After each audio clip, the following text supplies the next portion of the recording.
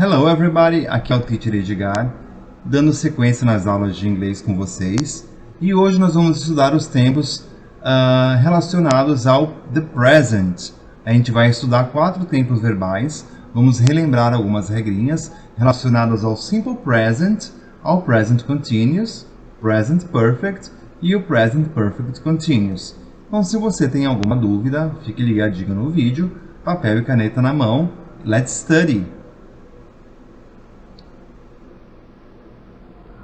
Então, o primeiro que nós vamos ver aqui é o simple present, que descreve um fato, estado permanente ou uma ação que acontece com frequência.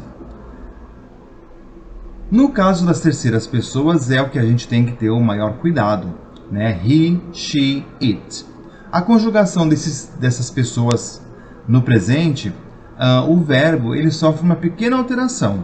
No caso das outras pessoas, I, you, we e they, o verbo não sofre nenhuma mudança. Se o verbo estiver no infinitivo, é só tirar a partícula to e já está conjugado. No caso das terceiras pessoas, um cuidado deve ser tomado. Na maioria dos verbos conjugados na terceira pessoa, a gente acrescenta um S ao final do verbo, né? Então, ali como vemos no exemplo, the train leaves at 5 p.m. O verbo leave, né, termina em E, vocês percebam ali que está com um Szinho no final, né? Se fosse conjugado, por exemplo, na segunda pessoa, you live, não muda nada. No caso da terceira pessoa, nós temos que ter esse cuidado, acrescentar um S na maioria dos verbos. É claro que existem algumas outras regrinhas que nós vamos continuar falando. No caso de verbos terminados em S, SH, CH, X, Z e O, nós acrescentamos ES ao final do verbo. My mother blesses me. Ali então tem o verbo bless, né? Termina em S, acrescentamos ES. He never brushes his teeth. Verbo brush termina em SH e nós acrescentamos também ES. Sally watches TV every night. Então, o verbo watch termina em CH, acrescentamos ES. Sometimes, Paul fixes cars. Então, temos ali o verbo fix, que termina em X e também leva ES. A Bee buzzes. Então, tem o verbo buzz, que termina em Z, leva ES quando conjugado na terceira pessoa. She rarely does her homework. Então, o verbo do termina em O, acrescentamos ES. No caso de verbos terminados em Y, né, precedido por uma consoante, nós tiramos o Y e acrescentamos IES. Como exemplo, o verbo study, né, que termina em Y, antes do Y tem um D, então nesse caso nós tiramos o Y e acrescentamos IES. He studies here with me. Se o verbo terminar em Y e for precedido por uma vogal, ele entra na regra geral do S. A gente só acrescenta um S. Para fazer perguntas e negativas no Simple Present, nós usamos auxiliares. Para fazer perguntas, nós usamos o does para as terceiras pessoas e o do para todas as outras. Lembrando que para as interrogativas, o auxiliar inicia a pergunta.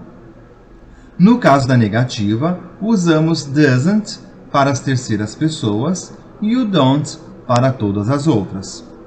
Lembrando também que as negativas aparecem entre o sujeito e o verbo que está sendo negado. Do you speak Japanese? They don't like Italian food. Does he drink milk?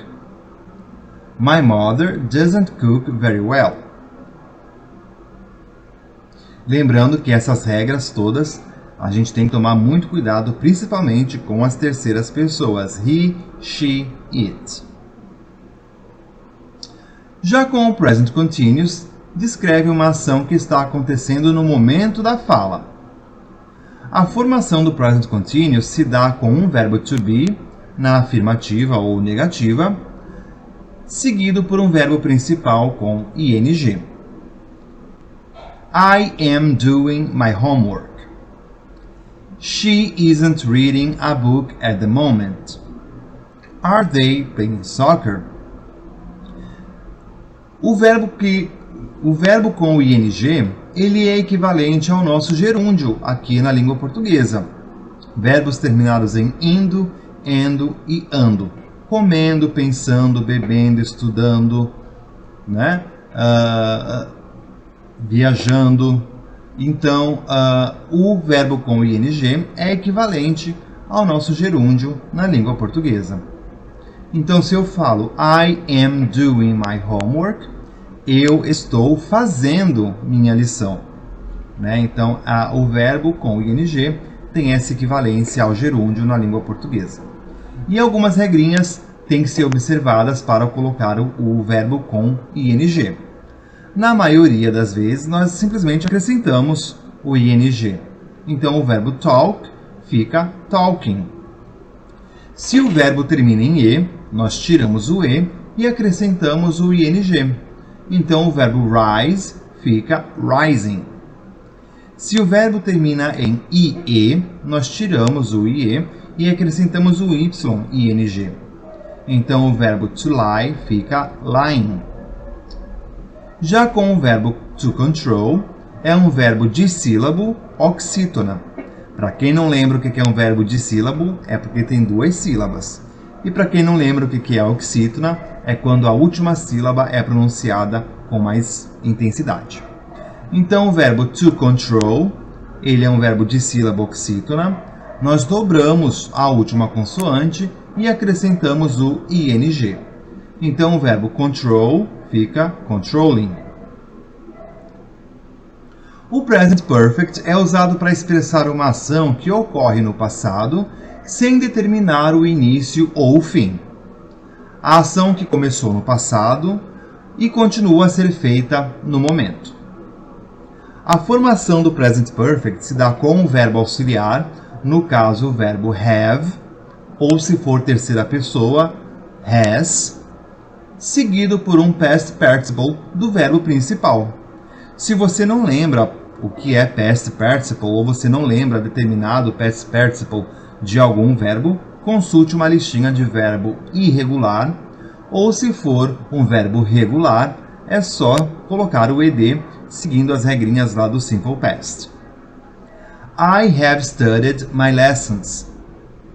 Man has built modern bridges. She hasn't spoken with the teacher. We haven't begun yet. Reparem que, na negativa, nós podemos contrair o has ou have com o not. Isso nós podemos fazer somente no caso dos tempos perfect.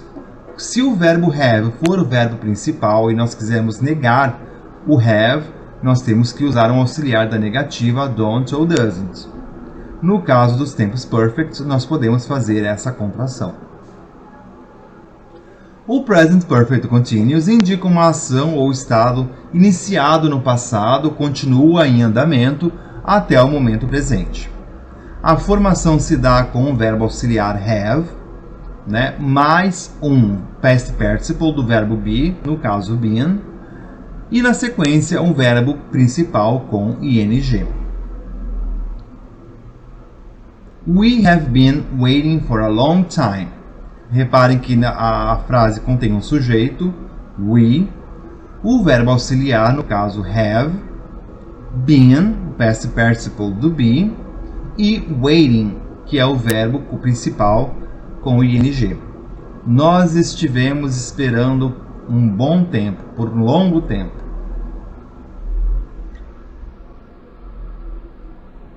She has been working since yesterday. Mais uma vez temos um sujeito, she, o has, o verbo have conjugado em terceira pessoa, she has been, que é o past participle do verbo be, e na sequência, working, o verbo principal com ing. Ela tem trabalhado desde ontem.